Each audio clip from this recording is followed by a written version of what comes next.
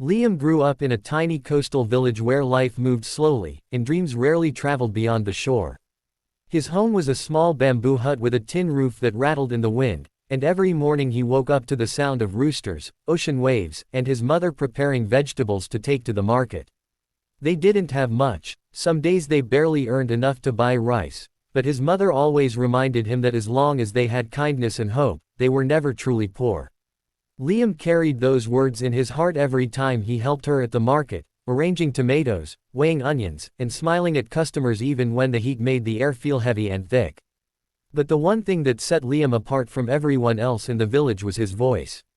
Even as a child, he had a way of singing that made people stop whatever they were doing just to listen. His voice wasn't trained or polished, but it held a pure, emotional honesty that made adults cry and kids stare in awe. Every evening after a long day at the market, Liam stood outside their hut facing the rice fields and sang into the open sky. The villagers often gathered quietly, sitting on logs or standing barefoot on the dirt road, listening to the boy whose voice felt like sunlight breaking through clouds. One afternoon, while Liam was singing a slow Filipino love song, an American tourist couple passed by, drawn in by the sound of his voice. They stood there, listening with wide eyes, amazed at the talent hidden in such a humble place. The man took out his phone and recorded Liam, asking if he could upload the video online. Liam, shy but grateful, simply nodded. He didn't expect anything from it. To him, singing was just a way to express what he felt inside. He never imagined it could take him anywhere. 2 days later, as Liam was helping his mother wash vegetables, neighbors rushed toward their hut shouting his name. They told him to check the tourist's video because something unbelievable had happened. Borrowing a friend's old phone, Liam opened the link and stared in shock. The video had exploded across social media with millions of views, comments from strangers around the world, and people calling him the voice from the village. His hands shook as he scrolled, reading messages from people saying his voice gave them hope, comfort, and chills. The villagers celebrated like it was a festival, bringing food, clapping him on the back, and telling him this was only the beginning. But while the attention felt exciting, it also scared him. Liam had always lived a quiet life, far from cameras and crowds, and now suddenly the world was looking at him. That night, lying on his thin mattress as the wind blew through the cracks of their hut, he wondered if this moment would fade like a passing storm or if it was truly the start of something bigger. His mother sat beside him, brushing his hair like she did when he was little, and whispered, "Maybe the world finally heard what I always knew, you were born to sing." Her words warmed his heart. He didn't know what the future held, but for the first time, he allowed himself to dream beyond the village, beyond the ocean, beyond everything he ever knew. Weeks passed after the viral video, and life in the village slowly settled back into its routine. Liam returned to helping his mother at the market, though people still approached him constantly to praise his voice or take pictures. He appreciated the love, but he never thought anything huge would come from the video again. That changed one ordinary afternoon when he received an unexpected email that shook his entire world. He was helping his mother wash dishes when his friend ran toward him shouting, "Liam, check your email right now. It's important." Confused, Liam dried his hands, took the phone, and opened his inbox. His heart nearly stopped when he saw the subject line, "Invitation to audition for America's Got Talent." He thought it must be a joke. Why would such a massive show reach out to a poor village boy who had never even traveled past the next town? With trembling fingers, he opened the message. It was real. The producers had seen his viral video and were formally inviting him to audition in Los Angeles. He read the email aloud, and the villagers around him gasped, covering their mouths, hugging each other, shouting with excitement. His mother burst into tears, her hands shaking as she held his face and whispered, "God heard us, Anik." But after the excitement came worry. Liam had never been on a plane, never spoken to international officials, never even imagined traveling to America.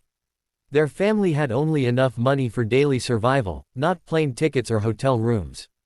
His mother told him she didn't want him to feel pressured, but deep inside, she prayed for a miracle. That miracle came when the village people stepped in without hesitation. One neighbor offered money he had been saving for months. Another brought a donation box to the market, asking people to help. Even children collected coins from their piggy banks. The mayor helped process his papers and arranged appointments for his passport.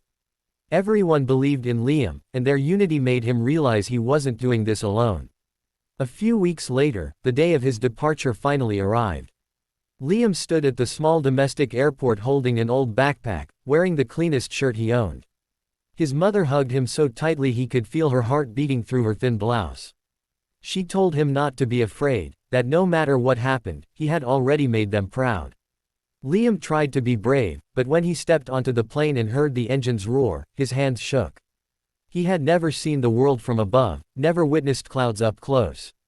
As the plane lifted from the ground, he looked out the window and watched his village grow smaller until it became only a patch of green. He whispered softly, "I'm doing this for all of you." The long flight felt like a dream. When he arrived in Los Angeles, the city lights, towering buildings, and endless cars overwhelmed him. Everything felt too big, too fast, too unreal compared to his quiet village. But he reminded himself why he was there. The next morning, as he stood outside the AGT studio holding his audition pass, he closed his eyes, took a deep breath, and told himself that no matter how scared he felt, he belonged here now. His journey had truly begun. The morning of Liam's America's Got Talent audition felt unreal from the moment he woke up. He barely slept the night before, lying in his hotel bed with his heart pounding, imagining the bright stage, the judges, and the thousands of eyes that would be watching him. In the village, he used to sing in front of neighbors sitting on wooden stools or leaning on coconut trees. Here, he was about to perform in front of some of the most powerful figures in the entertainment industry. As he got dressed, his hands shook so badly he had to redo the buttons on his shirt twice. He kept telling himself not to think too much, but every time he closed his eyes, he saw the crowd and felt his stomach twist with nerves. When he arrived at the AGT studio, the line of contestants stretched down the block. Some were dancers, others were musicians, magicians, comedians, people from all over the world carrying their dreams with them. Liam felt small in the middle of all the noise and energy. He sat quietly, clutching his number card, trying to steady his breathing. A staff member asked him if he was nervous, and he nodded shyly. "Don't worry," she said gently. "Just be yourself. That's what they're looking for." Her words helped, but only a little. Inside the building, the atmosphere buzzed with excitement. Cameras rolled, producers interviewed contestants, and crew members rushed around with headsets. Liam felt like he had stepped into a world far bigger and louder than anything he had ever known. When it was finally his turn to head backstage, his legs felt weak. He stood in the narrow hallway, listening to the booming cheers from the previous performance. The sound made his chest tighten. He wondered if he even belonged here. He thought of his village, his mother's warm smile, the children who listened to him sing on quiet evenings. Those memories gave him the courage to breathe deeper. A producer guided him toward the stage entrance. The heavy black curtains towered above him like walls, and the bright white lights peeked through the gaps. When the announcer called his name, "Please welcome, Liam Santos from the Philippines," his heart jumped. He stepped out into the brightest place he had ever seen.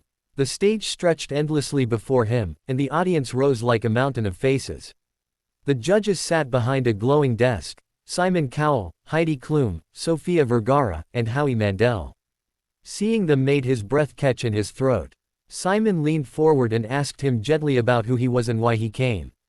Liam's voice shook as he explained that he came from a small, poor village and wanted to give his family a better life. The judges listened intently, their expressions softening. When the music started, a soft piano intro filled the room, and Liam closed his eyes. He took one shaky breath, and then everything changed. His voice, though nervous at first, grew stronger with each second. It carried emotion, pain, hope, and a depth that made the entire crowd fall silent. People leaned forward in their seats.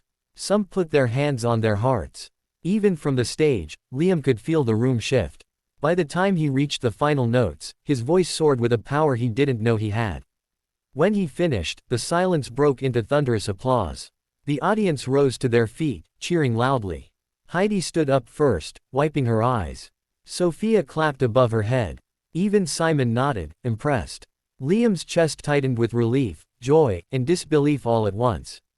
He had dreamed of this moment, but he never imagined it would feel like this, like the world had truly heard him. As the audience continued cheering, Liam stood trembling faintly under the glowing stage lights. He felt like he was floating, unable to fully grasp that he had just received a standing ovation. His heartbeat thudded in his ears, and his vision blurred slightly from emotion. The judges waited for the applause to settle before giving their comments. Heidi smiled warmly and told him his voice was pure and filled with emotion. Sophia said he had touched her heart with the honesty in his singing. Howie complimented his bravery for coming from so far away to chase a dream. Their words washed over Liam like a wave of warmth. But it was Simon he feared the most. Simon leaned back, studying him quietly with that sharp, unreadable expression he was famous for. For a moment, the crowd grew tense. Liam swallowed hard, unsure of what he might say. Then Simon leaned forward and said, "Liam, you are the reason this show exists. We search the world for talent that is real, raw, and unforgettable." Liam felt his knees weaken. Before he could even process the compliment, Simon placed his hand on the golden buzzer. The moment was electric. Simon slammed the button, and a loud, magical chime echoed through the entire auditorium.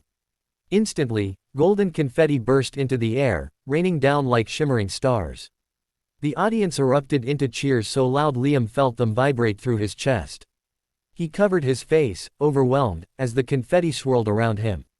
His vision filled with gold, and for a moment he felt like the world was hugging him.